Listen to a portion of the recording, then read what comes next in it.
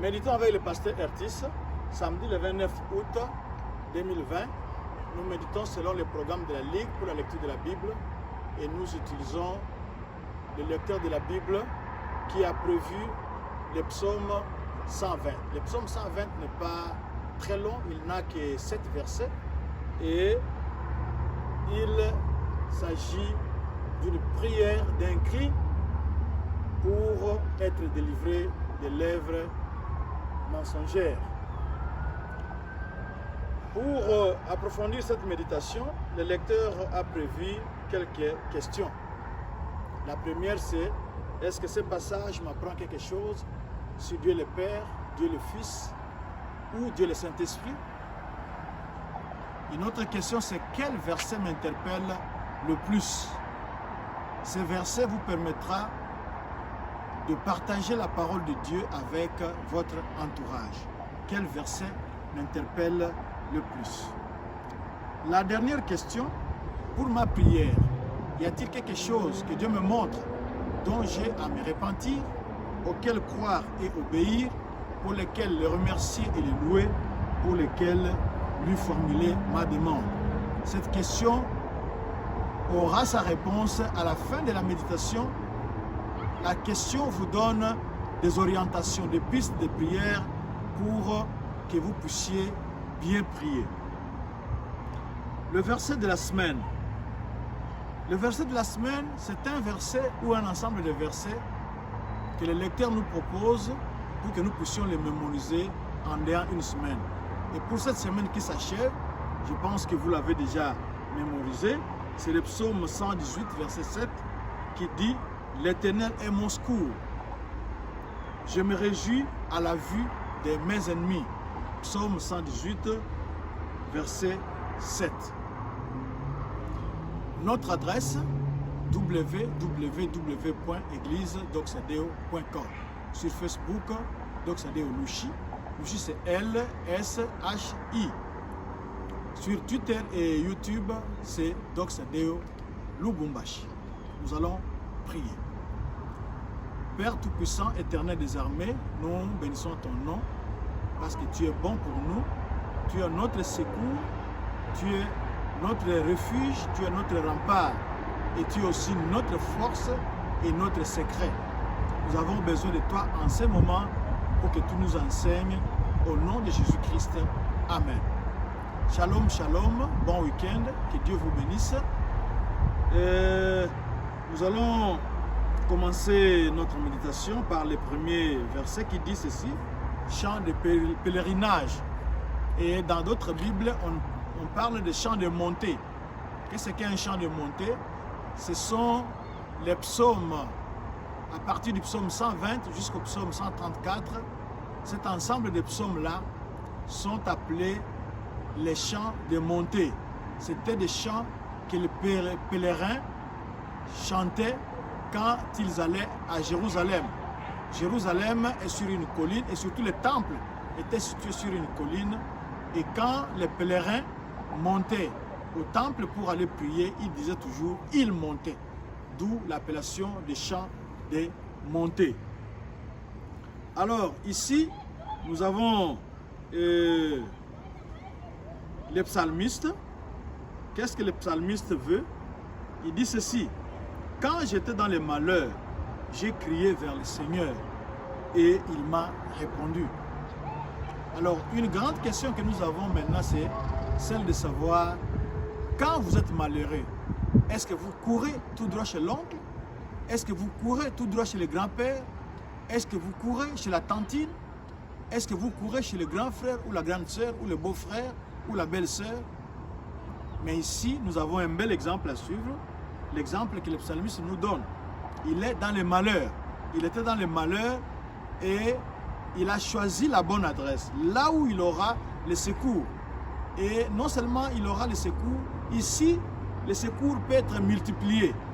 Ça sera le bon secours, ça sera quelqu'un qui ne va pas aller médire de vous, quelqu'un qui va aller à gauche et à droite raconter, vous savez, nuit et témoin, il allait être dans les problèmes. Mais ici, nous avons quelqu'un qui peut vous secourir. Le vrai secours le bon secours qui ne manque pas et qui viendra à temps. Le psalmiste était dans le malheur et il a crié vers le Seigneur. Et quelle est la réaction du Seigneur? Le Seigneur lui a répondu. Parce que notre Dieu, il est vivant. Le Très-Haut, il est vivant. Le Tout-Puissant, il est vivant. Il a fait nos oreilles. Lui aussi, il a des oreilles pour entendre. Il entend la prière et il y répond. Il n'est pas sourd. Quand il répond, ça signifie quoi? Il est le Dieu qui parle. Maintenant que nous sommes en train d'étudier ces psaumes, c'est sa parole. C'est lui qui avait parlé. Et c'est un Dieu qui parle. Vous pouvez aller à lui avec toute confiance et vous serez secouru. Vous serez délivré. Pourquoi le psalmiste demande-t-il le secours de Dieu? C'est parce que il est entouré de menteurs. Il est entouré de ceux qui trompent les autres d'après le verset 2. Alors, maintenant, le verset 3 nous parle de comment punir ces menteurs-là. Le verset 4 répond avec des flèches de guerre et des charbons brûlants. Et les charbons qu'on va utiliser ici, on ne va pas utiliser n'importe quel bois. On a utilisé, ou bien on va utiliser un bois dont le feu dure. Un bois dont le feu ne se termine pas comme ça rapidement. Mais le feu peut quand même durer pendant longtemps. Et les flèches ont été plongées dans ces feux-là. Quand on va lancer ces flèches enflammées, c'est pour que ceux qui pratiquent les mensonges, ceux qui ont des langues mensongères, pour qu'ils soient brûlés. Ça, ce sera leur punition. Alors, à partir du verset 5 jusqu'au verset 6, nous voyons où est-ce que le psalmiste a vécu.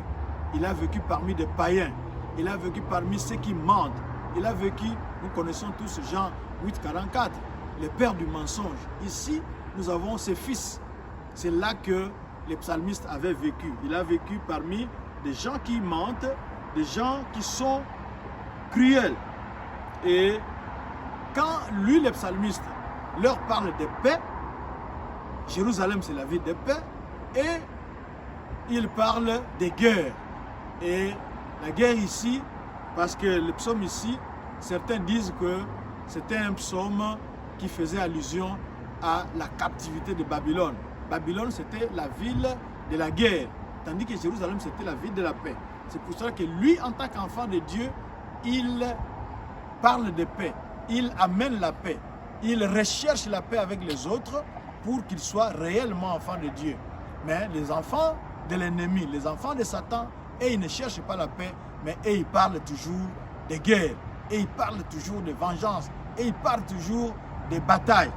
Alors c'est ça la différence avec ces gens-là.